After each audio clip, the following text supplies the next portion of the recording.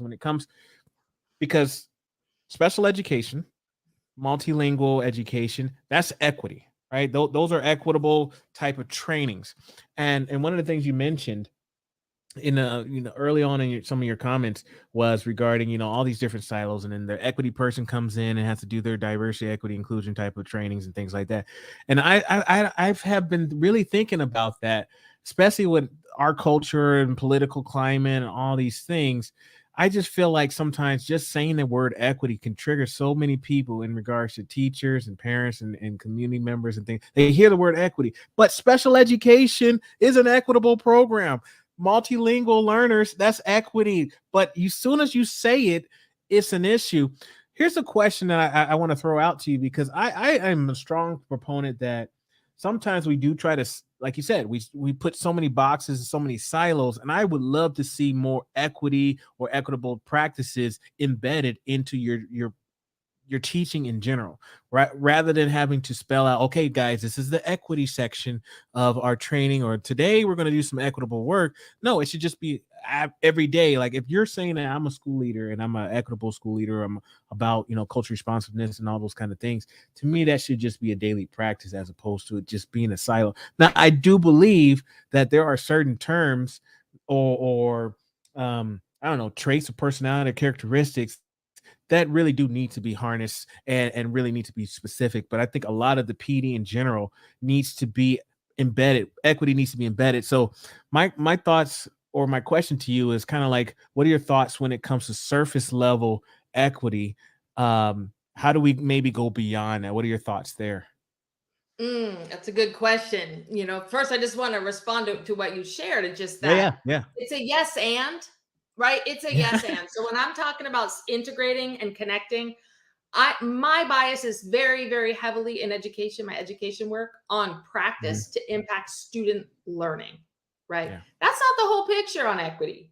So doing some important equity work, and even let's have a conversation about why equity is triggering. Let's have that conversation, Yeah. right? Yeah. And Hmm. let's create the space to talk about what's going on, because it's bringing up a lot of fears by design, right? So Yeah. there's conversations to have and there's community to build that aren't going to, that's not going to neatly fit in with your training on math, right? It needs its own space, Sure. right? Sure. So, Hmm. so I want to just be sure I'm not saying to not also do those trainings. I'm just saying, like, we have to be very intentional that equity work doesn't just live as the theoretical place, right? And the mindsets that we then take the mindsets to practice. And I think that is actually, to your question, how we go deep. Okay. I'm not going to get into all the work I Yeah. do outside of K 12, which is extremely deep on inside out work. I want to keep on this thread of K 12 because it all relates. We have to create the place where we can be humble, be embodied, be in it, be reflective, period, no matter what we're doing. Hmm. In schools, we need to connect it to practice, because if we just sit here and talk equity, we can perform the equity conversation. But when we say, okay, this is where the theory becomes reality. When someone says, I can't teach that. My kids can't do that. Mm. Okay, tell me about that. Right. So this is why I'm a huge fan of what I wrote about in my first book, which is a book I'm going to give away, Opening Doors to Equity. That book is about collaborative, job-embedded professional learning, where we plan together and actually step into classrooms together. That's not the only way. That's kind of I will say, the biggest ask. So if you want to talk about deep, that's deep. We get time as professionals to set a goal that matters, to collaborate, to teach, and to be humble together in classrooms, not watching each other to compete or judge, watching students to learn more about how they think and how we can adapt our teaching together. It is in that work that I have seen the most shifts in teacher mindsets, not just actions, where teachers say, I didn't believe my kids were capable until we as a team just kept at it and adapting. And now I realize that when I make this shift, it shifts who engages. It shifts how kids learn. That's deep. That's deep. That's deep. And I've heard it too. My kids can't do that. So I give them less rigorous type of work. I can't give them that type of, they can't read that book. I remember talking to ELA teachers, say like, okay, why don't you assign some books that are going to be relevant to our students, to their lived experiences. Let's be a little bit more culturally responsive and go a little bit further than your traditional, To Kill a Mockingbird and Shakespeare's and all that stuff. Let's go a little further than that. And they'll tell me stuff like, well, my kids, I don't think the students can read that. And I'm just looking at them with a face like, are you serious right now? You don't think that they can read that, but they can read Shakespeare? No one even speaks like that no more. Like, so why are we still teaching these things like that? So what is your typical response, Tanya? I mean, I know you said that you have teachers that have said, I've changed my stance, but what is your typical reaction in those situations? Well, it depends on the where and the why, but I was really happy one time. I was in a conference presentation and I had K-12 in the room, right? And I had my training was designed with examples across all the grades. And I had somebody, I forget what I was sharing about, a high level open-ended conversation, kids building up ideas together. And I had somebody maybe in secondary, I forget which grade, say, no, that's not possible with my kids, trying to now qualify who their kids are. The next video on my slide was first graders doing that. So I was like, thank you for the segue. I showed that and we talked about it. So that's one. But I think the other piece is, and this is where humility comes in and being a side-by-side learner with teachers. I really think we're way more effective as principals, coaches, administrators, leaders of professional learning if we're willing to say, okay, let me try that with your students. And yeah, let me try that with your student. So that's a great response. Let me try that with your student. I do it. I was happy. I was demoing with this group of third grade teachers I was working with. And I said, okay, here's how I recommend doing it. And the teacher said, that's not going to work. We tried that, didn't work. And I was like, okay, tell me about what didn't work. Like I gathered information, right? This is not a competition. This is a collaboration, right? So tell me what didn't work. And then I go, okay, well, I have an idea of what might work. How about if we try it? And every time, when I do a demo, it's not like, here's a demo, copy me exactly. This is what you have to do forever. Yeah.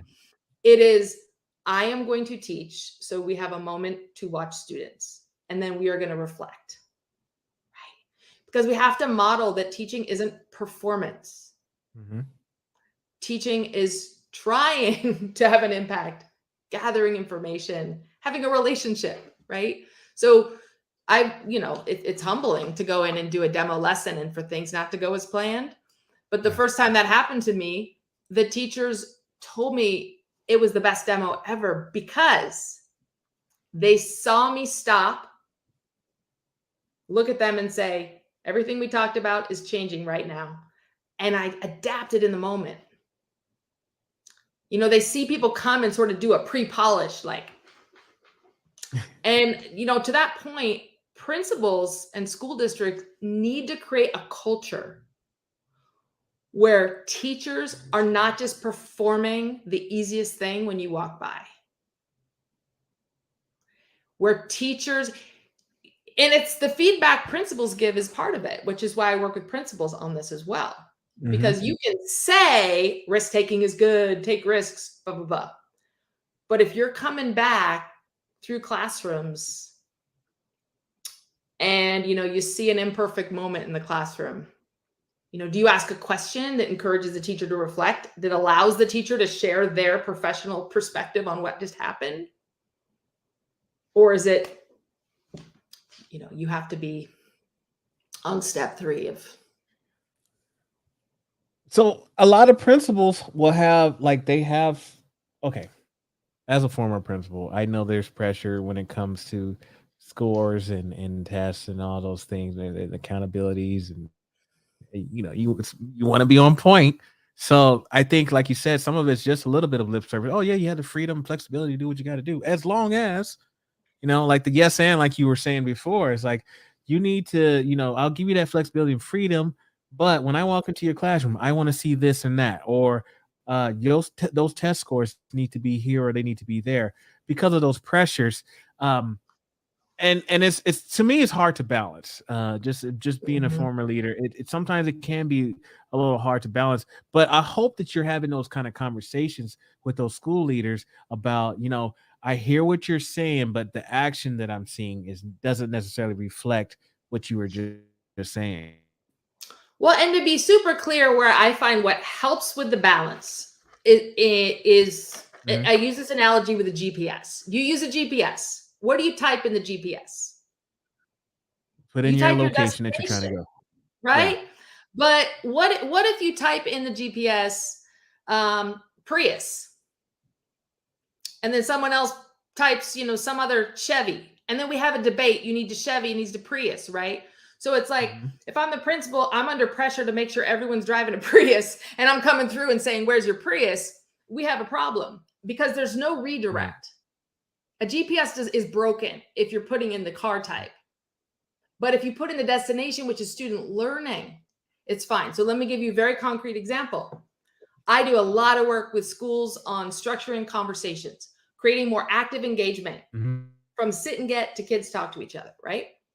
So Mhm. with principals, I want you looking for who's talking. Are kids talking to each other? Students. Sometimes people interpret. I teach a strategy like a sentence frame is one way to support language in a conversation. And I'll come back and the principals are like, we're making sure every teacher has sentence frames on the wall. And now they're coming in and they're looking for the sentence frame.